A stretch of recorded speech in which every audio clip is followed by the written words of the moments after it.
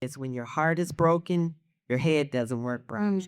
So if your heart is broken, grief, due to some loss, then your head not working right, meaning the choices and the decisions that you're making. So that could be how you eat.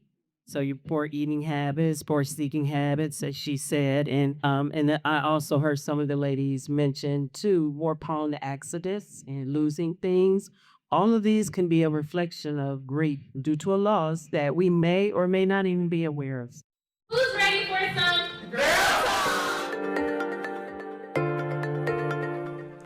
Welcome to Girl Talk. I'm Nicole D. Miller, author, blogger, speaker, hybrid book publisher, and your host. At Girl Talk, we are a safe space for female leaders to engage in healing and edifying conversation. This is your Me Too empathetic corner, where we have authentic and transformative dialogue designed to uplift and connect high-achieving women like you. Are you looking for a safe space to cultivate sisterhood with other like-minded female bosses? Leave your cape at the door and join the conversation. Welcome back to Girl Talk, where we create a safe space for real conversations and shared experiences. I'm your host, Nicole D. Miller. In today's episode, might feel especially close to home for some of you. The holiday season is often painted as a time of joy, togetherness, and celebration. But for anyone navigating grief, this time can bring waves of sadness and longing. That's why we're dedicating today's episode to dealing with grief at the holidays. An honest, heartfelt look at what it means to carry loss during a season that sometimes pressures us to smile or be joyful. We'll hear from several incredible women who are very acquainted with grief, and some even experts in the field of grief recovery and mental health. Dr. Shamara J. Hutchins provides mentoring, counseling, consulting, and coaching the Mindologist way through her GOAT method. Her resilient story is told in her debut memoir, The Horology of a Woman. To order your copy on Instagram, follow at Horology. You can also follow her at The Mindologist. Jamia Lewis is the founder of the Thanksgivers podcast, where the very first season features women who have navigated the grief shores, yours truly included. Jamia is passionate about providing a safe space for women of faith to be honest about their pain, find strength through community, and cultivate lives they enjoy. Tap into the Thanksgivers online community and follow on Instagram at the Thanksgivers Podcast. Miss Gloria Terry has been a certified grief recovery specialist for the grief recovery method for over 15 years. GRM is a proven evidence-based method that deals with grief due to loss. Miss Terry is also an ordained licensed minister and the co-author of her new book, Awakening: The Journey of 5 Women and How Love Changed Everything. You can find her on Facebook. Butter Khan is the owner of the only Black female-owned tattoo shop in Bedford Heights, known as Ink Therapy. She's also the author of her debut book, Layers of Ink: Breaking Skin, a beautiful compilation of poetry which I had the pleasure of editing. Butter is a domestic abuse survivor and has much to share on the topic of grief. She can be followed on Instagram at thatgirlbutter. So obviously, I have a strong team to share on this sensitive and vulnerable topic. These individuals have walked this path personally, and they'll offer their stories, insights, and the tools that help them move toward healing. We will also unpack some healthy responses to grief, as well as those that might not be so healthy. We'll provide practical guidance for dealing with this overwhelming process learned from our own experiences. If you're interested in connecting with any of the panelists, their contact info will be in the show notes. Please keep in mind that while our focus today is on grief during the holidays, the messages of hope, resilience, and healing we discuss are timeless. If you've been searching for a safe, empathetic space to process your emotions due to loss, or just need to hear from women who get it, you found it here. So, grab your favorite beverage, sit back, and join the conversation. I see was we're selfish and we don't realize that everything is temporary and we don't accept it and we want everything that we want that holds on to love inside of us. We want to keep that and hold on to that forever. So when it's gone, we don't know how to keep going because it feels like we're missing a piece. I've experienced that. I think the heaviest moment I've experienced that was to be with my grandmother back in 2016. And I think the biggest part was to me, she was immortal. You know, no matter how old she got, no matter how broke down she got, she just going in Mary Brady is gonna always be there. You'll always hear her voice. She was the glue. And the way I lost her, I didn't get to say goodbye. So I felt like I think I held on to that for so long because I didn't get to separate from that moment. And I didn't realize until I dug deep and really got even more spiritual than I am now to understand maybe God didn't want me to say goodbye in that way. That I had to remember her the way she was. So very, very short story. We knew she was getting sick and she was in the hospital at the call after she had her stroke. She got in the hospital and I was here. She is a PA. And they were like, Greg said be in the hospital, need to come see her. And I'm like, okay, let me get off of work. So my job would let me go at the post office. And I was like, well, after work, I will leave. I drove up there, but since I waited, I'm on the road. I'm 20 minutes out of PA. And my sister said, take your time, baby girl. She's already gone. Flipped out. Never forgave myself for that because I said, if I would have just left at that moment, I would have caught her eyes open. I would have be able to say my last words to her. You tell her that I love her. But going through time and understanding, I was like, well, maybe God didn't want me to see her that way. Maybe I would have lost my mind even more if I saw her when she left. That would have been devastating to see her slip away. Maybe I just needed to know that she was okay. And when I got to see her, when I made it there, she had a smile on her face. I probably wouldn't have seen that smile because all I would have known is that I watched her go. So I held on to that and I punished myself for that for so long because I needed to tell her some things and we don't realize we need to say those things now. So holding on to that and then other circumstances that I used to beat myself up for, losing myself. I feel like I was grieving in that manner and it's a learning process. So pouring myself into my talents, pouring myself into others, it helps me see that and heal from those things. So, I thank God every day that I'm able to find a place to put that in, but not everybody can find that. Not everyone has somewhere to put those emotions. I'm able to create beautiful things like artwork and do things on people and watch them bloom and know that I helped touch their lives to say, I'm going to be okay now. And, but not everyone has that. So I don't want to ramble too much, but that's how I feel about it. Thank you for sharing, Mother. Yes, thank you for sharing your heart. I could tell you and the Birmingham were very close.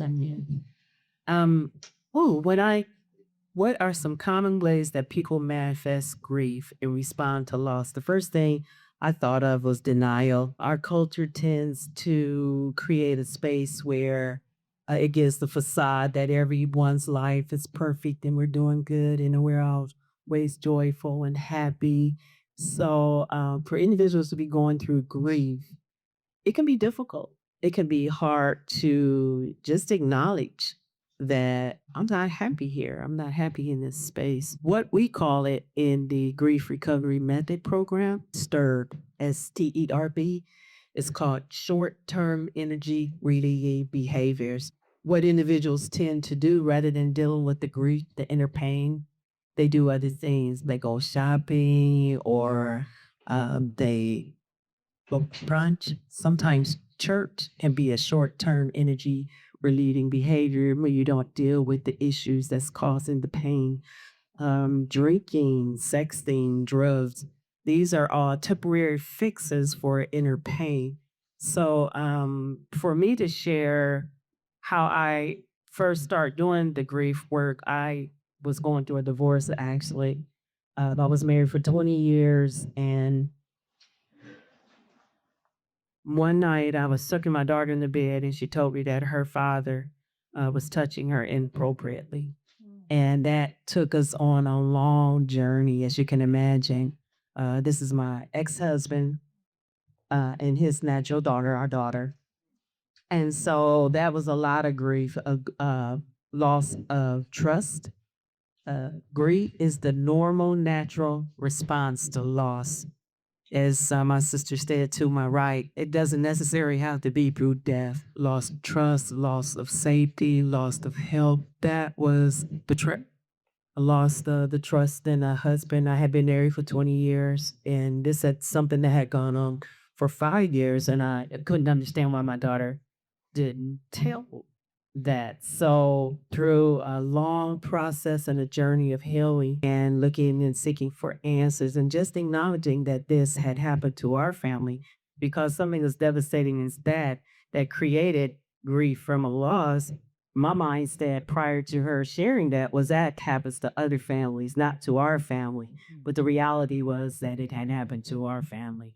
So, what what is people manifest grief and respond?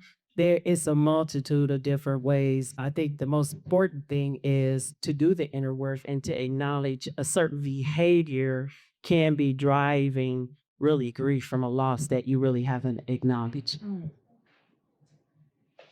Hi. Yeah. So I'm just going to piggyback off of everyone and, not repeat, but in my world, like the maladaptive behaviors, those are, negative behaviors we go to, like sexting, aspects like that, denial, blaming, all those aspects we believe when something happens to us, we don't want to take the self-reflection, right? And it's not always our fault, right? When it comes to not just to death, but like with grieving, period. And so my story, like I said, I felt like I was grieving since I was born because both my parents are addicts. And so I had to deal with that aspect before I even understood what was going on. And so I had to work through that process of I don't have my parents. Why? Like, I mean, my grandmother, like she said, her grandmother, my grandmother's absolutely amazing. She will be 90 on Sunday or Saturday. And so, like she said, I can't see my life without her, but I'm preparing myself now because I know it's going to happen. And so, as I prepare myself, it gets a little bit easier because all these memories that we're making is like I can keep them. But my grief really came about in 2018. My dad died January 7th, 2018. And me and him are the same exact person. We can hold a grudge. So we can't hold a grudge. Not hold more. But my birthday was the previous November. And he finally talked and he said, I think it's time for me to grow up. And so that made feel better because when my niece called me in January and said, Granddad is gone, I knew that we had our conversation. But then in September of 2018, my uncle, my mother's brother, who was my father, died in a car accident. So it's like I'm still grieving from January. Then I get to September. My whole world's like, I don't want to do nothing. Nothing at all. Like depression comes from, grieving. And so you have to fully pull yourself out of it in a sense. And that's when I came with the acronym. I'm all about acronyms. I use acronyms for everything. And so, and that's how I got into understanding myself when it comes to grief. So when I think about grief, grappling with the loss, understanding it, working through it, reflecting on the memories, memory journals. I do that all the time. Write a letter in that moment of I want to tell you something. So I'm going to tell you. However, I'm going to tell you, I'm going to tell you. Integrating my emotions. See, one thing about even being African American is just period. We don't acknowledge our emotions. We keep it in and just say, I'm going to be okay. It's okay to acknowledge our emotions. We have every right to feel that emotion. And as we acknowledge, the more that you acknowledge it, the more it becomes normal. The more that you acknowledge it, the more it becomes normal. So I just want you to remember that. And then embracing the healing because it will happen. And it never has a time frame. It happens when it happens. It can go years. And then the last one is finding your strength and just finding the strength and remembering all those memories. So when you manifest grief, you manifest it in a way of always thinking about the negative. People, when they think about grief, they think about the negative because that's who we are. We naturally think about negative. But you can think about some positives out of grief because you've learned something, you've made something, you've seen something that you're not going to go back to. So instead of manifesting the negative aspects, think about what the positives are. And then like with the response to loss, we always go to, negative behaviors such as doing things that we might not naturally do. Maybe it's smoking, maybe it's drinking, being late for work, all those other aspects that we don't normally do, we start to do that. So Lately, I love that everybody in my tribe is just a heavy hitter. The deep experiences, they are truly overcomers. I'm such the company with try not to cry. Okay. So 2018 was a hard year, as you mentioned. And it wasn't just hard for me, it was hard for several people in the community with transitioning of loved ones and loss and trauma. So for me, I'm an only child. My mother was really it and my grandmother. So those are my parents who raised me. My mother passed in 2018 and it was very sudden. Even though she had an ailment since I was younger called sarcoidosis, which is related to COVID and infectious lungs. And but she had been in remission and we lost my grandmother, my grandfather, my uncle. And so all of that flared that up in her. And it was hard because it was unexpected and because I thought I had been living my life a certain way so that we would have our dreams manifested with adding to our small band. So when it happened, it was like my dreams died too. My dreams of the future. I thank God for my support system. Linnea is part of that because I don't have a close blood family. People have to choose me to be a part of their family. So even though I had to bury my mother, I wasn't alone because of my support system.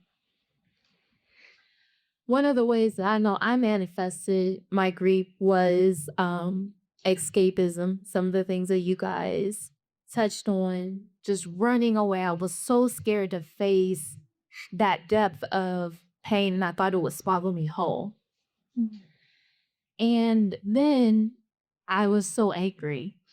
So angry. I was angry for at least 3 years, just mad at life, mad at God, mad at the plan.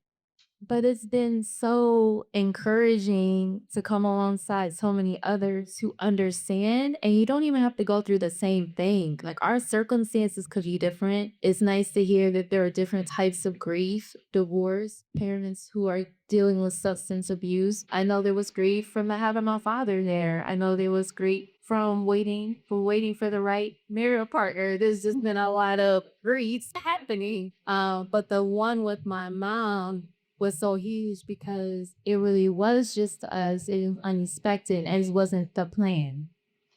And I'm a planner. And like of the carefree plan, like you like him, like they say. So I'm here with the hope of transformation, and I'm just creating a space for all of us to experience that today. Thank you all for sharing. Yeah.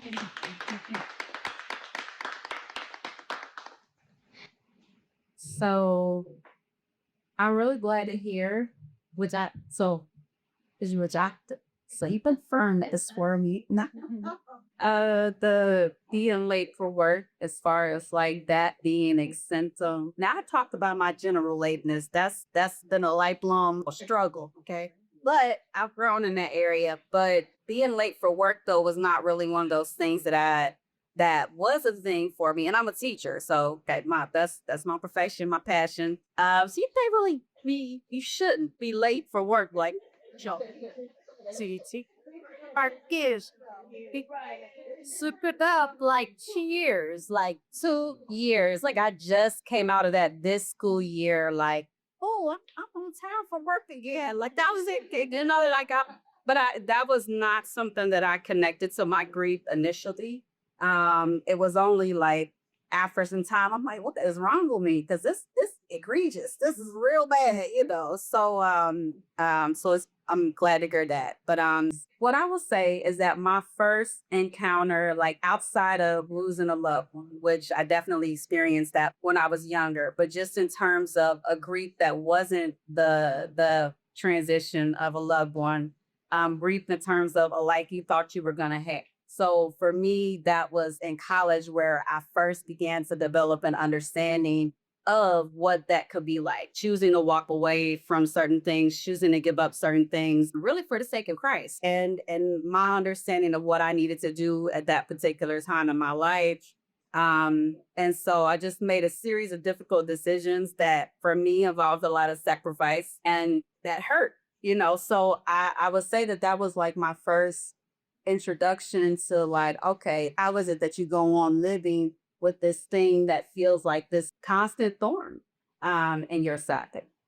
And so for me, part of the ways that I think by the time I graduated from college and got ready to get my first job, and I wound up not getting the job that I thought I was going to get, and I got really angry. So this was like the introduction of like me feeling like, oh, I can take these emotions to God. So as you mentioned, like choosing faith as an outlet for the break that you experience. When I didn't get this particular job and I found out on my birthday, I was like, oh, like, Lord, you knew this was going to happen. And I just felt like it was a setup. And like, you could have done something about this. And you chose not to. And so as a result, like, there's a scripture, I think it's like Psalm 62:8. It's like, pour out your heart before God. God is a refuge for us. And beginning to be able to just express my pain to the Lord, like, I am hurting, like, you responsible for the way that I'm hurting. That was the start of that. So a series of different things. And I began to develop the habit of like bringing my pain to the Lord. Most recently, what started me on the journey of uh, having that be the theme for season 1 of my podcast was a transition of one of my aunts. And she had been sick for a very long time. Super close. She's also an educator. And the rock of our family, like the matriarch after my grandmother passed away, like my Aunt Jackie was like, she was that one for all of us. And so in the aftermath of losing her, again, just a lot of the things that some of you have said, just with the denial. And I would say instead of denial, it was more like definitely sending. I think that was a big one for me that I was not expecting to be an issue, especially if it wasn't necessarily on clothing. But I was like buying things for the house, like just I could not tell myself no in any area.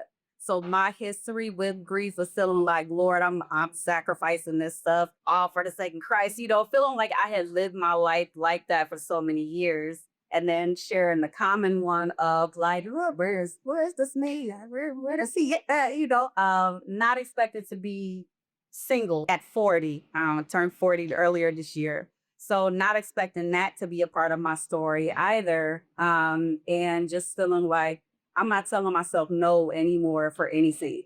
And financially is where I saw that surface. And thankfully, like the cloud of grief, I feel like is lifting in a way to where I'm coming out of that, but I'm still dealing with the repercussions of some of that recklessness that I had. And then also anger and wishing it was other people, honestly, and not me. Like there was a lady, and poor lady, I don't know her, she was just in front of the Echo Pharmacy.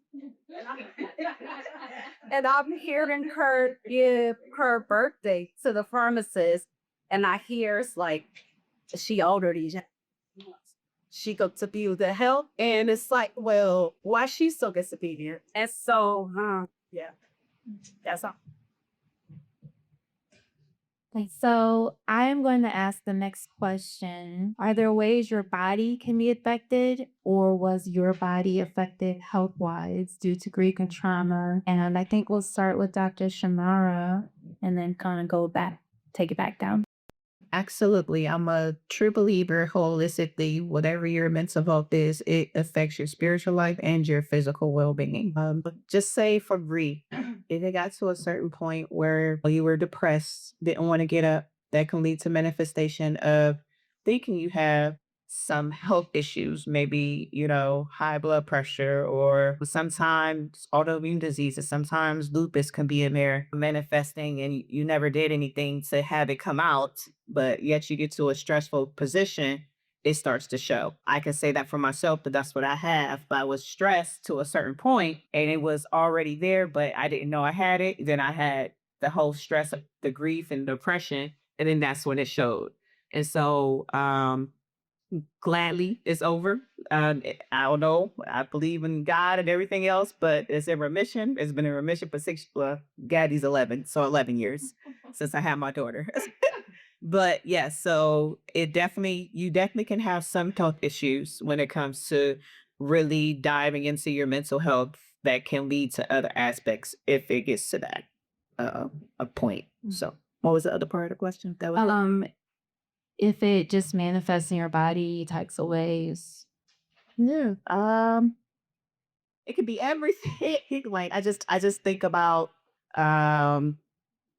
sleep, like that you can sleep forever or you can not sleep at all. It just all just depends on the environment that you're in, who you surround yourself with to get out of it. If you're alone or isolating yourself, because that also puts into place, if I'm isolating myself, I'm not being around anyone to bring me out of it, which is going to cause me to, not want to do anything.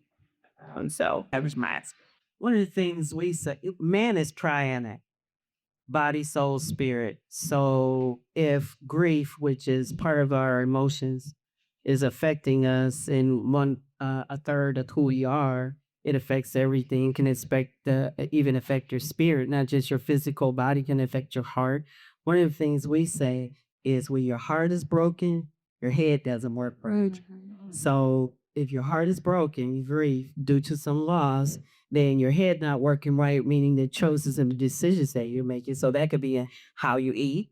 So your poor eating habits, poor speaking habits that she said. And then I also heard some of the ladies mention too, more prone to accidents that we're not paying attention to, more prone to accidents and losing things. All of these can be a reflection of grief that due to a loss that we may or may not even be aware of. So yes, most definitely. Piggyback somewhat of what you ladies were speaking of, it definitely affects your body. When I spoke about losing yourself, that grief, that was me. I was in a very domestically violent marriage, probably 13, 14 years ago. It's been about 14 years now. It was my children's father. So that's how long I've been divorced. But it was a roller coaster of different things, my weight. At one point I was like so unhealthy, just like super skinny. Then all of a sudden I would just gain so much weight, There were moments where I would get paralyzed in my bed where I don't even realize that's what I'm breathing. I just can't seem to gather my thoughts enough to figure out what the hell am I supposed to do today? Like I have so much to do, but I am not touching any of it. Like I want to clean my house. And I sat there and stared at it. And before I know it, I blink, it's 8 o'clock at night. And I'm still staring at the four walls. Like, I just don't want to wake up today. I just don't feel like moving. I don't want other people. And then there's times where it just switches like a total 360. And now I'm staying so busy that I'm not even caring for myself. So I'm just running at 100 miles per hour. And I'm going.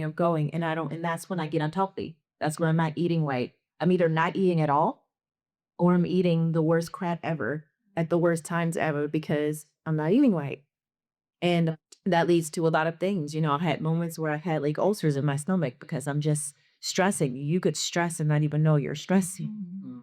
And that's when I went into the pouring into other people because I didn't realize I'm still not healed because I need to feel better by making someone else feel better. So it's kind of like this whole opposite, of what you were speaking of wishing on someone. I don't need you to feel the way I felt. So I need you to smile.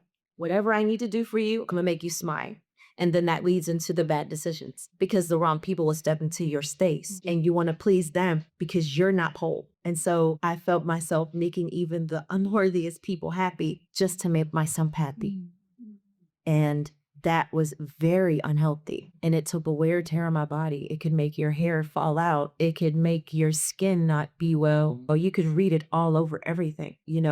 outside of just drinking and creating unhealthy habits for yourself. That's what I dove into until I had to look in the mirror like, remember who the F you are, right? And then you try to start to take one thing at a time to change those habits. But yes, it most definitely wears on you. Migraines, all types of things of your body, it wears and tears and it affects you in every way. That was part 1 of our conversation, dealing with grief at the holidays. This was our very first in-person gathering before we used an actual production team. So this part wasn't recorded, but the question we kicked off the discussion with was, what are some ways people respond to grief? In the conversation, we learned that grief is the normal and natural response to loss. It's the way we choose to respond that shapes our process. Our process can vary from person to person. Some oversleeping while others can't sleep. Some isolating themselves while others may be partying and being overly social. Some wanting others to feel their pain while others trying their hardest to put a smile on someone else's face. Grief manifests differently in all of us. Sometimes, in an attempt to outrun the pain, we turn to what Miss Gloria called short-term energy-releasing behaviors.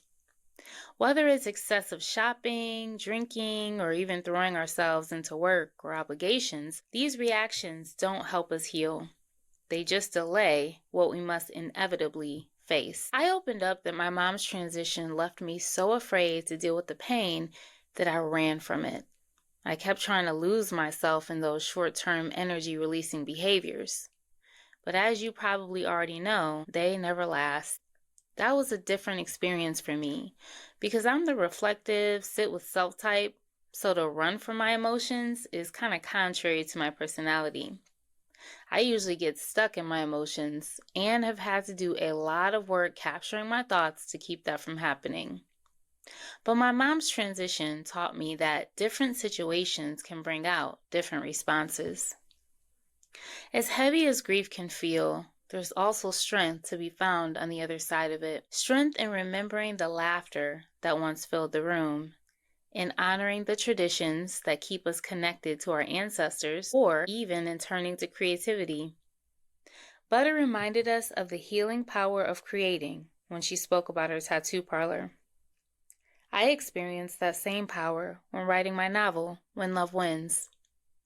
I was able to process the loss of a mother through my characters, Natalie and Ashley. Sometimes that strength comes from sitting with memories and letting them wash over us, as Dr. Shamara so powerfully encouraged. I was moved by the way each of our guests brought such diverse experiences to this conversation, showing that grief is a universal thread that stretches beyond the loss of loved ones. It's in that universality that we find connection. Loss may feel isolating, but it is one of the most shared experiences across humanity. If you're moving through grief right now, know this, you're not alone. And though the process looks different for everyone, the act of acknowledging that pain is the first step in finding peace.